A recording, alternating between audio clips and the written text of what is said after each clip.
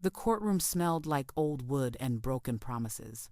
Denise sat perfectly still in that hard chair, her hands folded in her lap like she was praying, though she'd stopped believing God was listening about 6 months ago. Her lawyer, some tired-looking woman named Patricia, who charged $300 an hour to basically watch Denise lose everything, was shuffling papers beside her. Across the aisle, Raymond sat with his new lawyer, the expensive kind. The kind that wore Italian shoes and smiled like he already knew how the story ended.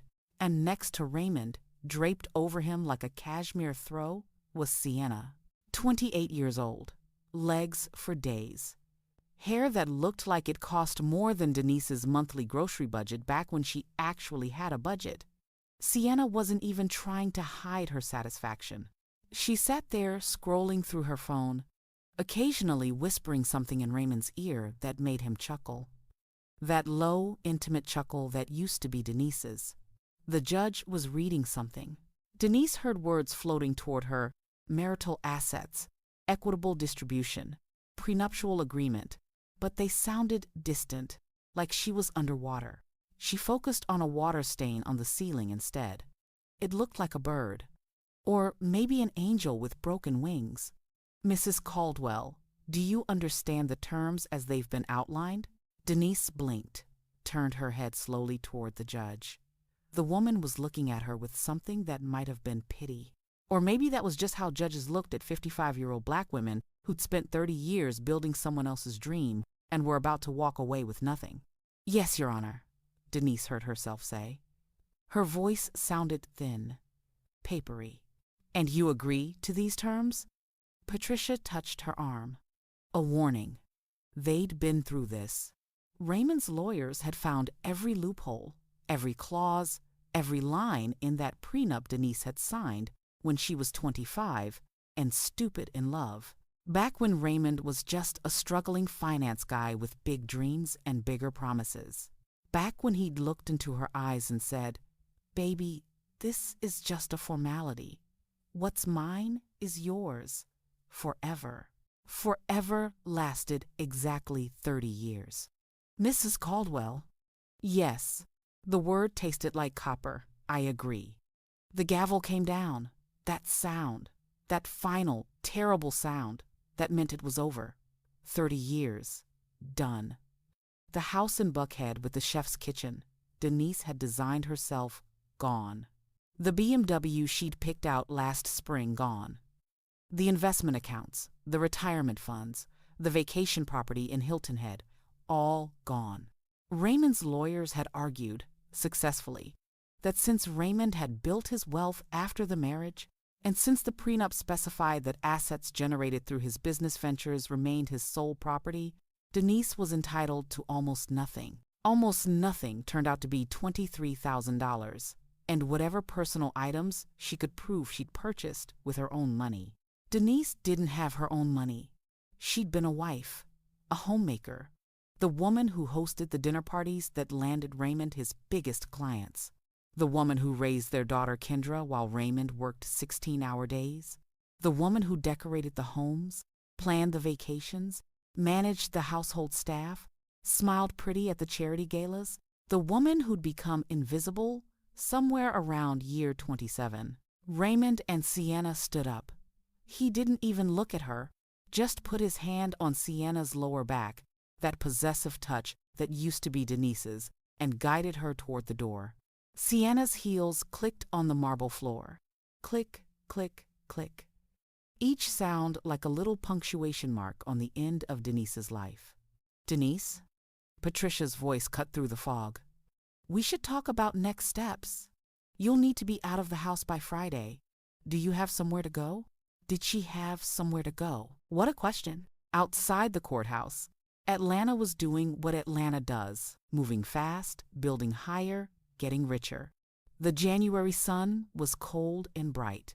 Denise stood on the steps for a long moment, watching people flow past her. Young professionals in their designer work clothes, college students, families, everyone going somewhere, everyone with purpose. She pulled out her phone. 12 missed calls from Kendra. Her daughter had wanted to come to the hearing, but Denise had told her no. Baby girl was just starting her residency at Grady Memorial. She didn't need to see her mother getting dismantled in public, but she needed to call her back. The phone rang 3 times. "Mama?" Kendra's voice, God. Just hearing it made Denise's throat tight. "Hey, baby. How did it go, Mama? Please tell me that man didn't—" "It's done." Silence on the other end. Then, "What do you mean it's done? Did you get the house? The accounts? Something?" "I got enough." The lie tasted worse than the truth. "Don't worry about me. You focus on your patients. I'm fine." "Mama, I know you're not fine. Come stay with me. I've got that pull-out couch." "Kendra Nicole, you live in a studio apartment in East Atlanta. You work 18-hour shifts. The last thing you need is your broken-down mama sleeping on your couch. Don't talk about yourself like that." But what else was there to say? At 55, Denise was starting over with less than she'd had at 25.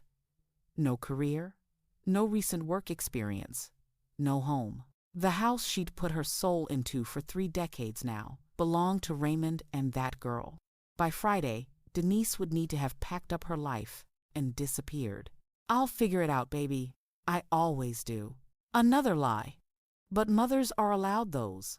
She hung up before Kendra could argue. Stood there on those courthouse steps, feeling the winter wind cut through her good coat, the Burberry one she'd bought 3 years ago. Back when she still believed her marriage was solid. Back when she still believed she mattered. Her phone buzzed. A text from Raymond's assistant. "Mr. Caldwell requests that you remove your belongings from the master bedroom by Wednesday.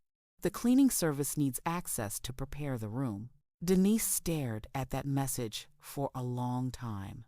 The cleaning service needs access. Like she was dirt. Like 30 years was a stain that needed removing.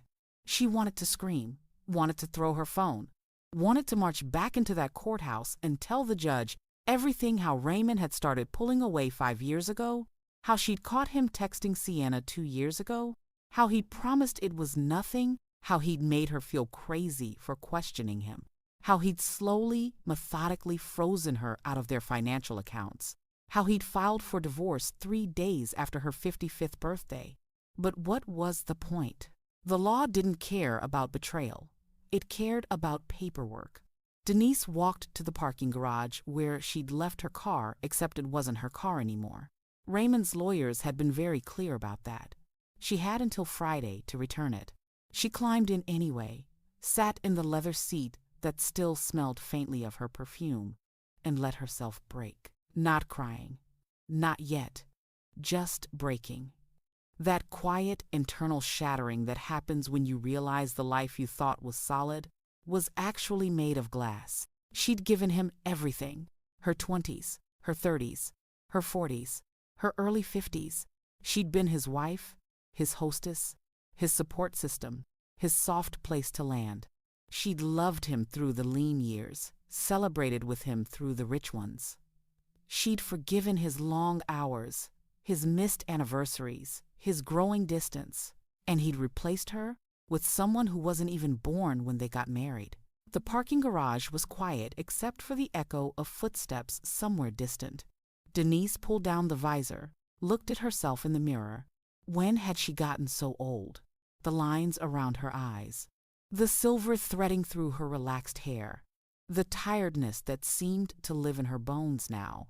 55 wasn't supposed to feel like the end, but sitting there in that car that wasn't hers, wearing that coat that wouldn't keep her warm for much longer, holding that phone with a bank account that held $23,000 and 30 years of nothing.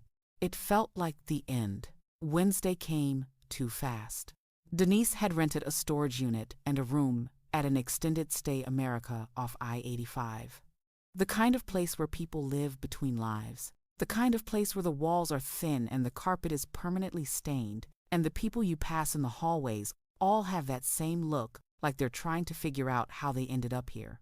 The house, her house, except it wasn't her house anymore, felt wrong. Raymond had already started moving things, Sienna's things. There was a yoga mat in the corner of the living room, organic protein powder in the kitchen, a velour tracksuit draped over the chair where Denise used to sit and read. She moved through the rooms like a ghost, packing her life into boxes. The wedding china Raymond's mother had given them, the photo albums, the books, the art she'd collected, her clothes, her jewelry except the expensive pieces, which Raymond's lawyers claimed were gifts and therefore his property. In the bedroom, she stood in front of the closet for a long time. This closet had been organized by a professional. Everything perfect, everything in its place. She'd had so many beautiful things. She pulled out a dress, black silk. She'd worn it to Raymond's company gala 4 years ago. He'd told her she looked beautiful that night, had kissed her forehead, had introduced her to his colleagues with pride. When had that changed? When had she become invisible? The doorbell rang. Denise froze. She wasn't expecting anyone. Raymond wasn't supposed to come until she was gone. That was the agreement. She walked downstairs slowly, her heart doing something complicated in her chest. Through the frosted glass, she could see a silhouette. Small, female, Sienna. Denise opened the door because what else was she supposed to do? The girl, and she was a girl, no matter what her ID said, stood there in Lululemon leggings and a cropped puffer jacket. Her skin was perfect. Her edges were laid. She looked like an Instagram filter come to life. "Hey," Sienna said, not quite meeting Denise's eyes. "Raymond asked me to check if you needed help with anything." The audacity. Denise felt something cold and sharp move through her chest. "I'm fine." "Okay, cool." Sienna shifted her weight, looked past Denise into the house. "This place is amazing. Raymond's told me so much about it. I can't wait to put my own touch on things, you know? Make it ours. Our house." That's what Sienna was saying. Our life. Our future. Denise's hands were shaking. She gripped the doorframe. "Is there something else?" "Oh, yeah. Raymond wanted me to ask about the Italian vases in the dining room. He says those were a gift from his business partner, so they're his." Denise's voice came out flat, dead. "Everything's his. You can have it all." Sienna blinked. For just a second, something flickered across her face. Maybe guilt, maybe pity. But then it was gone, replaced by that careful, pretty neutrality. "Okay, thanks." She turned to leave, then paused, looked back. "For what it's worth, I don't think Raymond wanted things to go like this. He deserves to be happy, you know?" And there it was. The knife, sliding right between Denise's ribs. He deserves to be happy, like Denise had been standing in the way of that. Like 30 years of devotion was just an obstacle to Raymond's true joy. "You're right," Denise heard herself say. "He does deserve to be happy." She closed the door before Sienna could respond. Stood there in the foyer of the house she turned into a home, surrounded by boxes of a life that was already over. He deserves to be happy. And what did Denise deserve?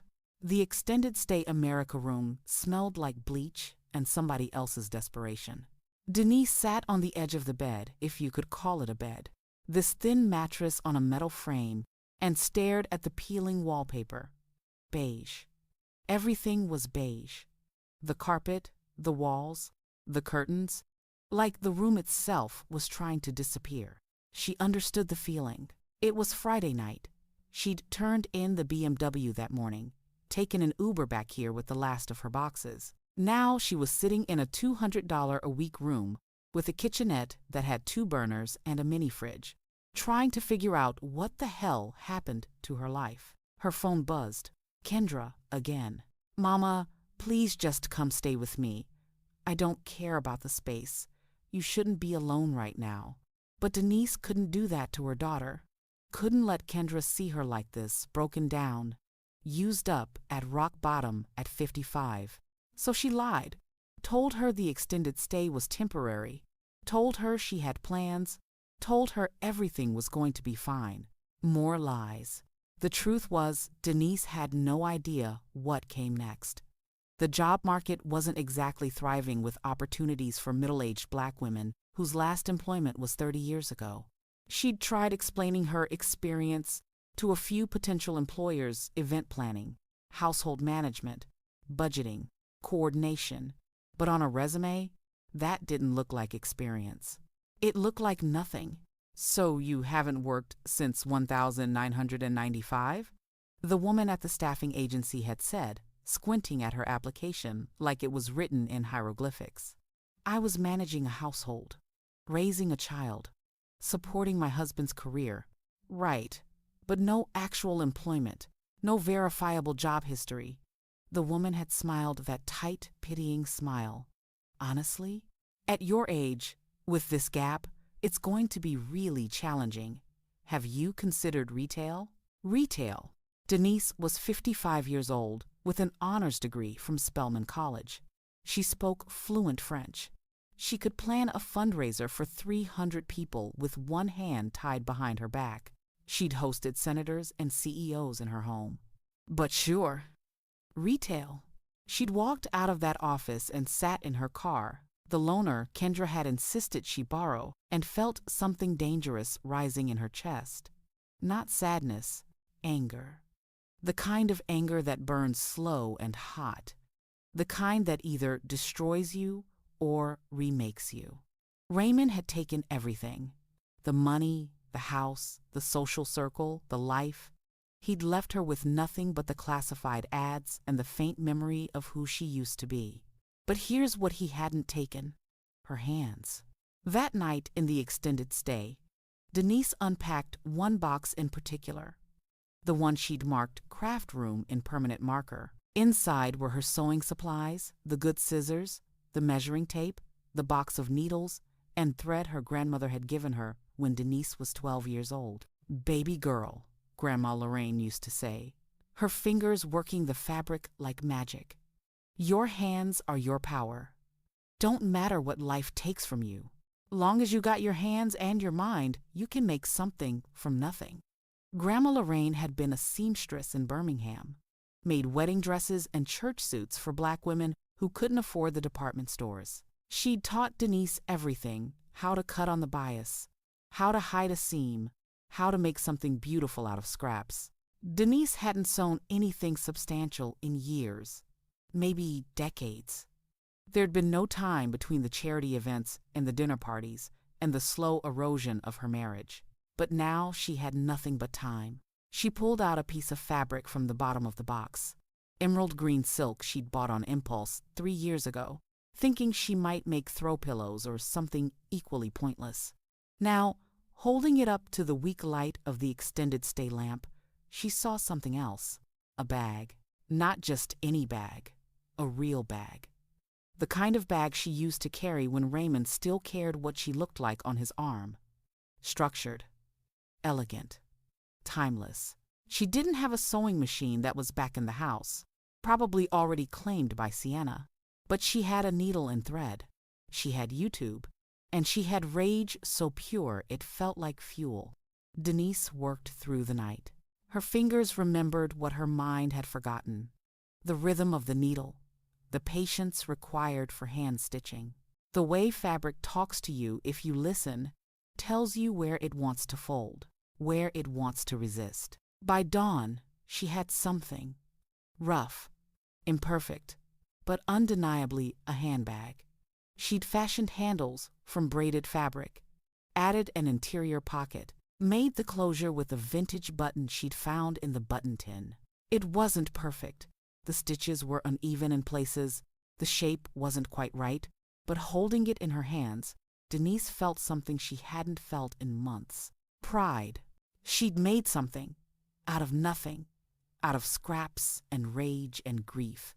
She'd made something beautiful. Over the next 2 weeks, Denise fell into a routine.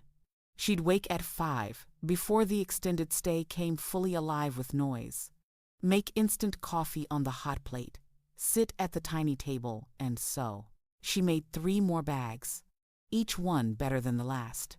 She scavenged fabric from the Goodwill old curtains, vintage scarves, remnants from the bottom bins at Joann Fabrics. She learned to work with what she had. No fancy tools, no professional equipment, just her hands and her grandmother's voice in her head. Make something from nothing. The bags started to take shape, real shape. She developed a signature-style structured bodies with unexpected fabric choices. A clutch made from vintage kente cloth. A tote bag fashioned from repurposed leather jackets. A crossbody with African wax print lining. Each bag felt like an act of defiance. Each stitch was proof she was still here, still valuable, still capable of creating something that mattered.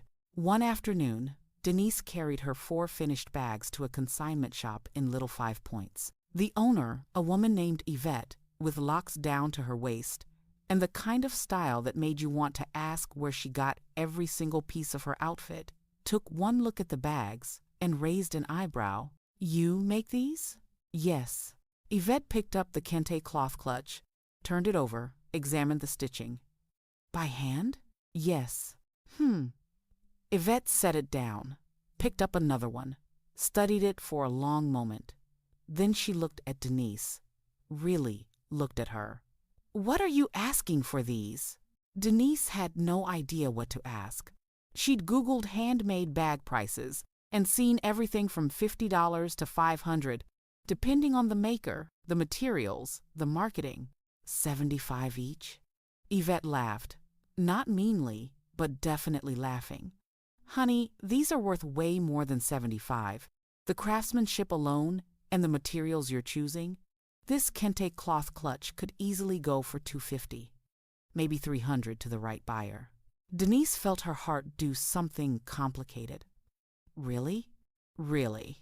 Yvette set the bag down gently. "I'll take all 4 on consignment.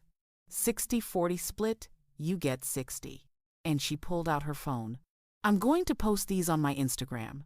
I've got about 15,000 followers. Mostly women who appreciate Black-made goods. If these sell like I think they will, you need to make me more." Denise walked out of that shop feeling something unfamiliar. Light. Like maybe the ground beneath her wasn't quite as unstable as she'd thought. The bags sold in 3 days. All 4 of them. Yvette called, excitement crackling through the phone. "Girl, I've got 6 women asking if you have more. Can you make me a dozen? I'll take whatever you can give me." Denise said yes before her brain could catch up with her mouth. She spent her nights sewing, spent her days hunting for materials. She learned which thrift stores got new donations on which days, learned how to spot quality fabric hidden under decades of dust, learned how to see possibility where others saw trash. She made 12 bags in 3 weeks, delivered them to Yvette, who sold 10 of them within a week. "You need an online presence," Yvette said. "Instagram, TikTok, Etsy. This is bigger than my little shop, Denise. You're sitting on something real." But Denise didn't know anything about social media, didn't know how to market herself, how to build a brand, how to do any of the things that apparently mattered in this new digital economy. She called Kendra. "Mama, this is amazing," her daughter squealed through the phone. "You're literally a designer now." Okay, we need to get you set up. I'm coming over this weekend. We're doing a whole photo shoot, making you accounts, building your brand. This is happening." That Saturday, Kendra showed up at the extended stay with a ring light, a backdrop, and enough enthusiasm to power a small city. She set up a makeshift studio in the corner of the room, styled each bag carefully, took hundreds of photos. "Mama, you need a name, a brand name. What do you want to be called?" Denise hadn't thought about it. A name felt too official, too presumptuous, like she was claiming to be something she wasn't. "I don't know, baby. Just Denise's bags?" "Absolutely not." Kendra was scrolling through her phone, typing, thinking. "What about something that honors Grandma Lorraine? She taught you to sew, right?" Denise felt her throat tighten. Yeah, she did. What did she always say to you? Make something from nothing. Kendra looked up, eyes bright. There it is. That's your brand. Something from nothing. SFN Designs. It's perfect, Mama. It tells your story without having to say a word. Something from nothing. Denise felt it settle into her chest. Felt it fit. They launched the Instagram that night. Posted the photos.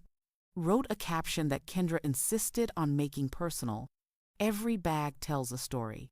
These are made by my mother, who's rebuilding her life one stitch at a time. Support Black women. Support craftsmanship. Support resilience. The first week, they got 50 followers. The second week, 200. The third week, Denise posted a video. Nothing fancy, just her hands working, stitching a bag together in the dim light of the extended stay. She talked while she worked, not planning what she'd say, just letting it flow.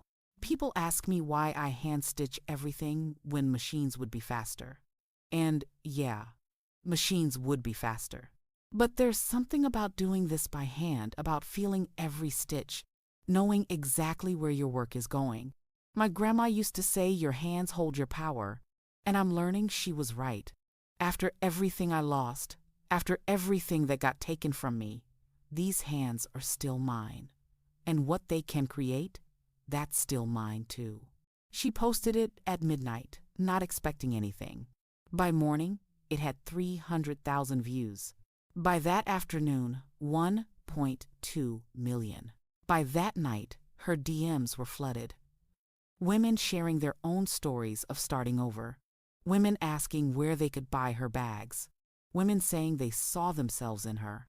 The video went viral, and Denise's life started moving in a direction she'd never imagined. 2 years later, Denise stood in the flagship store of Something from Nothing and tried to remember what rock bottom felt like. She couldn't. The store was in West Midtown, all exposed brick and natural light and carefully curated displays. Her bags no longer made in an extended stay, but in a small studio she rented with 3 seamstresses she'd hired lined the walls. The Comeback Collection, the Phoenix Rising line, the From Ashes series. Each collection told a story. Each bag was a testimony. Women came from all over Atlanta to shop here. They brought their daughters, their mothers, their sisters. They cried in the dressing room, trying on the bags, told Denise their own stories of divorce, of loss, of starting over. Something from Nothing had become more than a brand. It had become a movement. Denise had learned everything she didn't know. TikTok, Instagram, brand partnerships, wholesale accounts. She'd hired a business manager, a social media team, a PR firm. She'd been featured in Essence, in Oprah Daily, in Business Insider. She'd done a talk at Spelman College about entrepreneurship and resilience that left half the auditorium in tears. She was 57 years old, and she'd built something Raymond couldn't touch. The irony wasn't lost on her. Miss Caldwell? Her assistant, Jamila, poked her head into the office. Your 3 o'clock is here. Denise looked up from the sketches spread across her desk designs for the spring collection. Already? Yeah, and Jamila's face did something complicated. It's Raymond Caldwell. The name hit Denise like cold water. She hadn't seen Raymond since the divorce. Hadn't wanted to. He existed in her mind as a ghost, now the man who'd destroyed her old life, making it possible for her new one to begin. She didn't hate him anymore. Hate required energy she didn't have to spare. But she sure as hell hadn't expected him to show up here. Should I tell him you're busy? Jamila asked. Denise considered it. She could absolutely tell Raymond to leave. Could have security escort him out. Could refuse to give him even 5 minutes of her time. But curiosity won. No. Send him in. Raymond looked older. That was Denise's first thought when he walked through the door. He'd always been handsome, smooth, dark skin, salt and pepper hair. that corporate polish that came from expensive suits and good barbers. But now he looked tired. The lines around his eyes had deepened. His hair had more silver than pepper. He'd lost weight, and not in a good way. He stood in the doorway of her office, looking around like he'd walked into a museum, taking in the awards on the wall, the magazine covers, the framed photo of Denise and Kendra at New York Fashion Week. Denise. His voice sounded uncertain, nothing like the confident man who'd sat across from her in that courtroom. Raymond. She kept her voice neutral, professional. What can I do for you? He moved into the room slowly, like he was navigating landmines, sat down in the chair across from her desk, without being invited. Old habits. I've been following what you're doing, he said. This brand, it's incredible. I had no idea you had this kind of talent. Denise felt a small, sharp laugh rise in her throat. 30 years of marriage and you had no idea I had talent. That sounds about right. Raymond flinched. Good. I didn't mean it like that. How did you mean it? He shifted in his chair, uncomfortable. Denise found she enjoyed that. Enjoyed watching this man who'd taken everything squirm in a room she'd built with her own hands. Look, I came here because I have a proposition. A business proposition. Of course he did. I've been watching your growth trajectory, Raymond continued, pulling out his phone, swiping to what looked like spreadsheets. Your year-over-year revenue increase is impressive. Really impressive. But you're at a critical juncture. You need capital to scale properly. Manufacturing infrastructure, distribution channels, marketing budget. I'm talking about taking something from nothing, from $1 million company to a $50 million company. Denise sat back in her chair, folded her hands, said nothing. Raymond took that as encouragement. I want to invest. I'm prepared to offer you $2 million in exchange for 30% equity. I'd bring my financial expertise, my network, my resources. Together, we could build something massive. The audacity of this man. He'd left her with $23,000, and the clothes on her back, had replaced her with a woman half her age, had watched her lose everything without flinching, and now he wanted in on her success. Let me make sure I understand, Denise said slowly. You want to give me money that you ensured I didn't get in the divorce in exchange for ownership of the company I built from nothing. The company I built while living in an extended stay America. The company I built with my hands and my grief and my rage at what you did to me. Raymond had the grace to look uncomfortable. Denise, what happened between us? What happened between us, she interrupted, her voice sharp now, is that you threw away 30 years like they were nothing. You left me with no career, no home, no savings. You paraded your mistress in front of me and made me feel like I was the problem, like I was the failure. I know. And I'm sorry. For what it's worth, I am. It's worth nothing. Denise stood up, walked to the window, looked out at the Atlanta skyline. Her city, her territory now.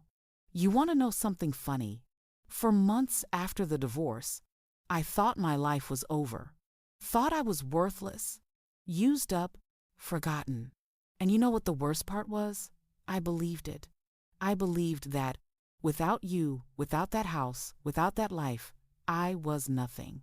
She turned back to face him. But then I started sewing, started making something. And I realized that everything I'd built during our marriage, the social skills, the aesthetic sense, the ability to host and coordinate and create, I'd built that. Not you, me. You just benefited from it. Raymond opened his mouth, closed it. So, thank you, Denise continued. And she meant it. Thank you for leaving me with nothing. Because it turned out nothing was exactly what I needed. It forced me to remember who I was before I became your wife. It forced me to find my power again. Denise, the answer is no. Raymond blinked. What? No. I don't want your investment. I don't want your expertise. I don't want your network. I built this without you, and I'll grow it without you. She walked back to her desk, sat down, picked up her pencil. Now, if you'll excuse me, I have work to do. Raymond sat there for a long moment. She could see him processing, calculating. This wasn't how he'd imagined this going. Men like Raymond didn't get told no very often, especially not by women they discarded. You're making a mistake, he said finally.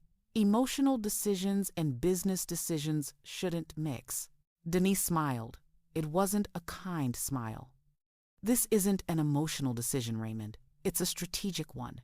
See, I've learned something these past 2 years. My brand isn't just about bags. It's about the story, about resilience, about Black women starting over and building empires from the ashes of their pain. And you know what would destroy that story? Partnering with the man who tried to destroy me. She let that sit. My customers know my story. They know you. They know what you did. If I took your money, if I let you in, I'd lose their trust. I'd lose my authenticity. I'd lose the very thing that makes this brand special. She shook her head. So, no, Raymond, this is one thing you can't buy your way into. He stood up slowly. For just a second, she saw something flicker across his face. Regret, maybe. Or respect. Hard to tell. For what it's worth, he said quietly, Sienna and I aren't together anymore. Turns out, when you build a relationship on betrayal, it doesn't last. Who knew? Denise felt nothing. Not satisfaction, not sympathy, nothing. I hope you find what you're looking for, she said. And she meant that too. Just not with her. Raymond left. Denise sat in her office for a long time after, looking at the sketches on her desk. The spring collection was going to be called Crown. Every bag would have a small crown embroidered on the lining, a reminder that every woman was royalty, even when the world tried to tell her otherwise, especially then. Her phone buzzed. Kendra. Mama, did Raymond really just show up at your store? How did you... Jamila texted me. Are you okay? I'm perfect, baby. And she was. She really was. That night, Denise went home to her loft in the old Fourth Ward. Real hardwood floors, floor-to-ceiling windows, a sewing room that was bigger than her old office at the extended stay. She poured herself a glass of wine, a nice Malbec, the expensive kind, and sat on her balcony, watching the city lights. She thought about the woman she'd been 2 years ago. Broken, scared, convinced her life was ending at 55. She thought about that courtroom, that gavel, that final sound that had felt like death. Turns out it wasn't death. It was birth. Her phone rang. Unknown number. She almost didn't answer, but something made her pick up. Miss Caldwell, this is Brianna Mitchell from Good Morning America. We're doing a segment on women entrepreneurs over 50 who are disrupting their industries, and your name keeps coming up. Would you be interested in being featured? Denise closed her eyes, felt the warm night air on her skin, tasted the wine, felt the weight of her success, settling into her bones like truth. Yes, she said, I'd be very interested. 3 months later, Denise stood backstage at Good Morning America, waiting for her segment. The makeup artist had just finished touching up her face, which now graced the cover of 3 different business magazines. Her hair was freshly done, natural curls shaped into an elegant crown. She wore one of her own designs, a structured blazer she'd created for the Professional Woman collection, paired with slacks and heels that made her feel like she could conquer the world, which, apparently, she was doing. 2 minutes, Miss Caldwell, a production assistant called out. Denise took a deep breath, checked her reflection one more time. The woman staring back at her looked nothing like the woman who'd sat in that courtroom 2.5 years ago. This woman had power in her eyes, purpose in her posture. This woman knew exactly who she was. The interview was everything. The host, Michael Strahan, leaned forward with genuine interest, as Denise told her story. She didn't sugarcoat it, talked about the divorce, the financial devastation, the extended stay America, talked about learning to sew by YouTube tutorial at midnight, talked about that first viral video. What would you say to women who are going through their own version of rock bottom? Michael asked. Denise looked directly into the camera, thought about all the women in all the extended stays and divorce courts and empty apartments, all the women who'd been told they were worthless after 50, all the women who'd given everything and been left with nothing. I'd say rock bottom is just a foundation. It's solid ground, and solid ground is exactly what you need to build something that lasts. She paused. Everything I lost, the house, the money, the marriage. I thought those things were my life, but they were just stuff. My life was always in my hands, literally. My grandmother taught me that. And once I remembered, once I stopped mourning what I'd lost and started creating what I wanted, everything changed. The segment ended. Denise walked off stage to applause from the crew. Her phone was already blowing up. Text messages from Kendra. "Mama, you killed that!" Messages from her team. Sales were already spiking on the website. DMs from women around the world. "You gave me hope. I needed to hear this. I'm starting over at 60, and you just showed me it's possible." In the green room, a young production assistant couldn't have been more than 25 approached her nervously. "Miss Caldwell, I just wanted to say, my mom went through a divorce last year. Bad one. She's been so depressed, thinks her life is over. She's only 52. I'm going to send her your interview. I think she needs to see that there's life after." Denise took the young woman's hand, squeezed it. "Tell your mama," I said, "she's just getting started." The girl's eyes filled with tears.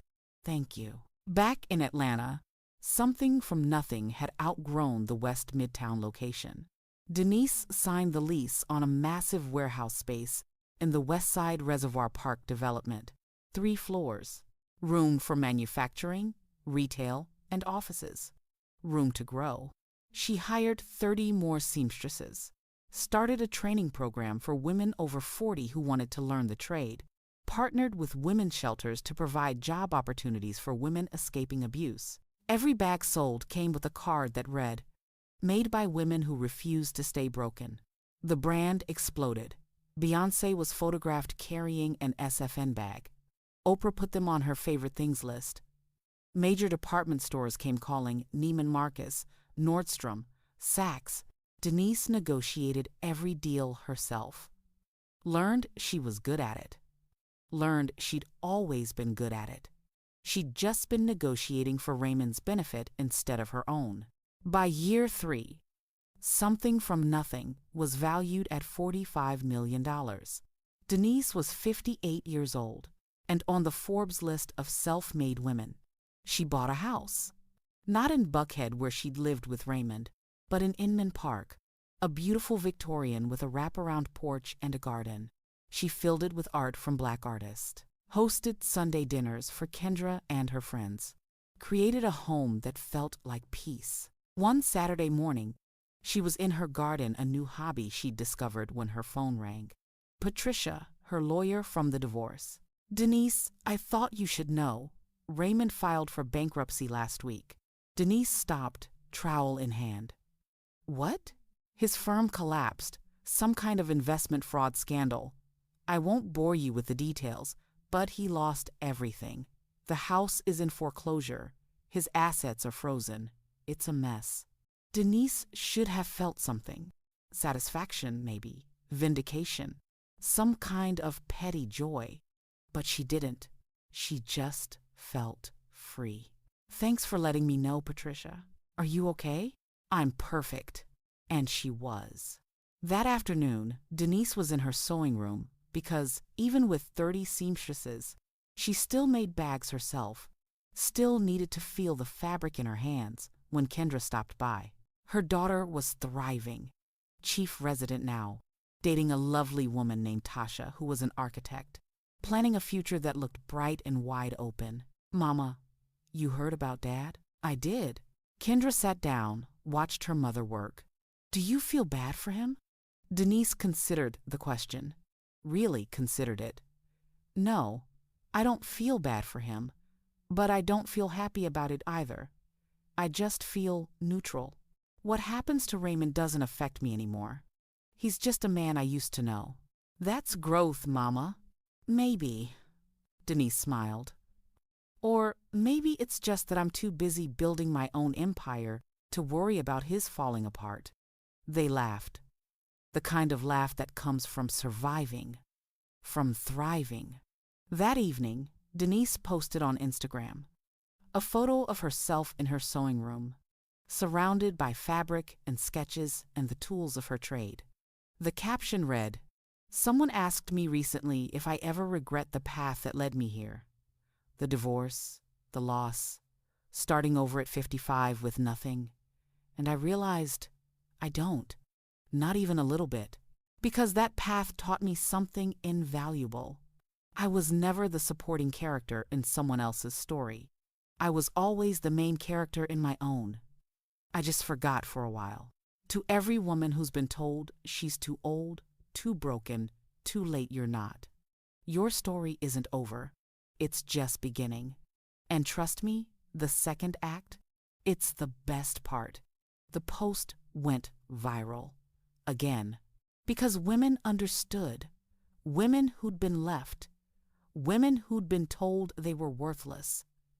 Women who'd rebuilt themselves from nothing and made something magnificent. 6 months later, Denise stood in the Jacob Javits Center in New York City. Something from nothing was showing at Fashion Week for the first time. Not in some small side venue, but on a major runway. The collection was called Renaissance. Every piece was designed to celebrate rebirth, second chances, the beauty that comes after destruction. The models walked, all of them over 40, all of them with their own stories of starting over. A former teacher who'd lost everything in a divorce, a widow rebuilding her life, a woman who'd left an abusive marriage at 60 and was now thriving. They walked the runway carrying Denise's bags, wearing their survival like armor. The audience stood, applauded. Some of them cried. Backstage afterward, Denise stood with her team, champagne flowing, everyone hugging and crying and celebrating. This was it. This was the dream she didn't even know she had. Kendra found her in the chaos, pulled her into a hug. Grandma Lorraine would be so proud. Denise felt tears come. The good kind. She always told me my hands were my power. She was right, Mama. Look what you built. Denise looked around, at the people she'd hired, the lives she'd changed, the movement she'd started. All of it built from nothing, built from the ashes of the worst thing that ever happened to her. "You know what's funny?" she said to Kendra. "Raymond taking everything was the best thing he ever did for me, because it forced me to find out who I was without him. And it turns out, I'm magnificent." Kendra laughed. "You are. You really are." Later that night, back in her hotel room, Denise sat by the window overlooking Manhattan. The city glittered below her, all light and possibility. Her phone had been buzzing all evening, congratulations messages, interview requests, partnership offers. She thought about that woman in the extended stay America, that broken woman who thought life was over, that woman who couldn't see past Friday, couldn't imagine a future, couldn't believe she had any value. She wished she could go back and tell her, hold on, just hold on. In 3 years, you'll be showing at New York Fashion Week. In 3 years, you'll have built an empire. In 3 years, you'll look in the mirror and recognize yourself again. Better than before, stronger, truer. But maybe that woman needed to go through it, needed to hit bottom so she could remember how to rise. Denise opened her laptop, drafted an email to her team. Subject line, next steps. They were expanding internationally. London, Paris, Lagos. Something from nothing was going global. Because the story of women rebuilding themselves wasn't just American. It was universal. She was 58 years old. She was just getting started. The last text of the night came from an unknown number. Just 3 words. "I'm sorry. R. Raymond." Denise stared at those words for a long moment. Once upon a time, she would have wanted this apology, would have needed it, would have built her entire sense of worth around whether or not he acknowledged what he'd done. Now, she deleted the message without responding, because some apologies come too late, and some women don't need them anymore. She closed her laptop, poured herself the last of the champagne, raised the glass to her reflection in the window. To rock bottom, she said to herself, the best foundation I ever had. 3 years later, the Something from Nothing Foundation opened its doors on a Tuesday morning in September. Denise stood in front of the building, a renovated warehouse in South Atlanta, watching women file in for the first day of classes. The foundation provided free training in sewing, business management, and entrepreneurship for women over 40, especially women coming out of divorce, escaping abuse, or starting over for any reason. They'd learned the craft, learned to run a business, and most importantly, learned that their lives weren't over. Denise had funded it entirely herself, $10 million from her own pocket, because what was the point of success if you couldn't lift other women up with you? "Miss Caldwell?" A woman approached her, maybe 60, gray locks, tired eyes. "I just wanted to say thank you for this. I lost everything in my divorce last year. I thought I was done. But then I saw your story, and I thought maybe I could do it too." Denise took her hand. "What's your name?" "Michelle." "Michelle, you're not starting over. You're starting better. And 6 months from now, you're going to be making something beautiful. I promise you that." Michelle's eyes filled with tears. "I believe you." Inside, Denise gave the opening speech to the 100 women who'd been accepted into the first cohort. She looked out at their faces, every shade of brown, every age from 40 to 70, every story of loss and survival written in their eyes. "I know why you're here," she began. "You're here because someone told you that you were worthless, that you were too old, that you were done. Maybe it was a husband. Maybe it was the job market. Maybe it was the world. Maybe it was you. But you're here because some part of you, some stubborn, beautiful, powerful part, said, 'Not yet. I'm not done yet.'" They nodded. Some of them were crying already. "I was 55 years old when my husband left me with nothing, $23,000 and a suitcase of clothes. I lived in an extended stay America and thought my life was over. But my grandmother's voice kept echoing in my head. 'Your hands are your power.' So I picked up a needle and thread, and I made something, and then I made something else, and then I kept making things until I'd built an empire." She paused. "Let that sink in. But here's the secret. The empire isn't the point. The point is that I remembered who I was. I remembered that I had power, that I had value, that I could create something from nothing. And that's what I want for each of you.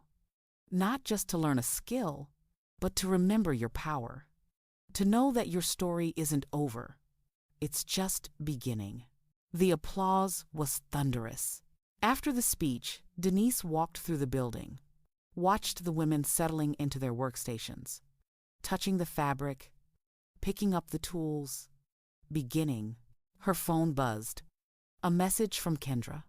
"Mama, turn on CNBC." Denise pulled out her phone, found the stream. CNBC was doing a segment on the most successful women entrepreneurs of the decade. And there, in the number 3 spot, was her face. Denise Caldwell, founder and CEO of Something from Nothing, has built a fashion empire valued at over $100 million. But more than that, she's built a movement proving that success has no age limit and that the best revenge is living well. $100 million.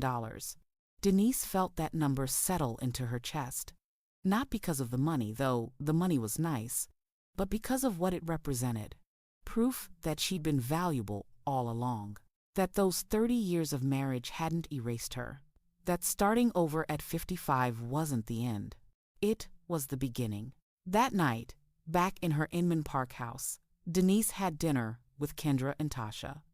They talked about the foundation, about Kendra's promotion, about Tasha's new architecture project. They talked about the future like it was something bright and endless. After dinner, Denise walked them to the door, hugged her daughter tight. "I'm so proud of you, Mama," Kendra whispered. "I'm proud of me too, baby. Took me long enough." Alone in her house, her beautiful, peaceful house that she'd bought with her own money, Denise poured a glass of wine and stood on her back porch. The garden was in full bloom, roses and hydrangeas and lavender, all of it planted by her own hands. She thought about Raymond, wondered briefly where he was, what he was doing, then realized she didn't really care. He was a ghost, a memory, the man who'd accidentally set her free. She thought about Sienna, hoped she was okay, hoped she'd learned something about building her life on her own foundation instead of someone else's crumbling empire. She thought about that woman in the courtroom, the woman who'd watched her life end with the fall of a gavel, the woman who thought she was nothing. "We made it," Denise said out loud, to that woman, to herself. "We made something from nothing. We made something beautiful." The Atlanta night was warm and full of possibility. Somewhere in the city, women were starting over, learning they still had power, discovering their hands could still create.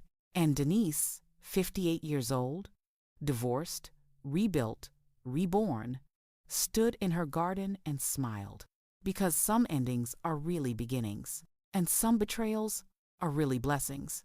You just have to survive long enough to see it. 5 years after that courtroom, Denise stood in her newest store location, this one in Paris, in Les Marais, surrounded by old-world elegance and new-world possibility. The grand opening had been magnificent. French women, African women, American expats all coming together to celebrate something from nothing. Her phone rang. A number she didn't recognize but somehow felt familiar. "Hello? Miss Caldwell? This is Sienna. Sienna Williams. I don't know if you remember." "I remember." Silence on the other end. Then, "I'm calling because I saw the foundation, what you're doing for women. And I wondered if I could volunteer or help somehow." Denise was quiet for a long moment, studied her reflection in the store window. The woman looking back was 60 years old, confident, powerful, free. "Why?" she asked simply. "Because I learned something." Sienna's voice was smaller than Denise remembered, humbler. "I learned that building your life on someone else's success doesn't work. That at some point, you have to be your own foundation. And you're teaching women that. I want to be part of that, if you'll let me." Denise could have said no, could have held on to that anger, that betrayal, could have made Sienna pay, in some small way, for being part of Denise's destruction. But she'd learned something too, that carrying anger was like carrying rocks. Eventually, you had to put them down if you wanted to fly. "Send me your information," Denise said. "We'll find a place for you. Thank you. Really, thank you." After she hung up, Denise stood in her Paris store and felt something close to complete. Not because she'd forgiven Raymond, not because Sienna's apology changed the past, but because she'd built something so big, so beautiful, so powerful, that even the people who'd hurt her wanted to be part of it. That was the truest revenge. Not destroying them, becoming so magnificent they wanted to orbit your light. She opened Instagram one last time, posted a photo of herself in front of the Paris store. The caption read, "5 years ago, I thought my life was over. Today, I opened my 15th store in my 5th country." To every woman who's been told she's too old, too broken, too late, your story isn't over until you say it is. And baby, you've got so many chapters left to write. Comments poured in immediately. Thousands of women sharing their stories, sharing their gratitude, sharing their own journeys from nothing to something. Denise read them all, every single one, because she remembered what it felt like to think you were alone, to think no one understood, and she wanted every woman to know, you're not alone, you're not forgotten, you're not finished, you're just beginning. And the best part, the absolute best part of this whole story, Denise finally believed it herself. So let me ask you something. If someone took everything from you tomorrow, your security, your identity, your entire life, would you have the courage to start over? Would you remember your power? Would you make something from nothing? Drop your answer in the comments, because every woman's comeback story matters. And maybe yours is next.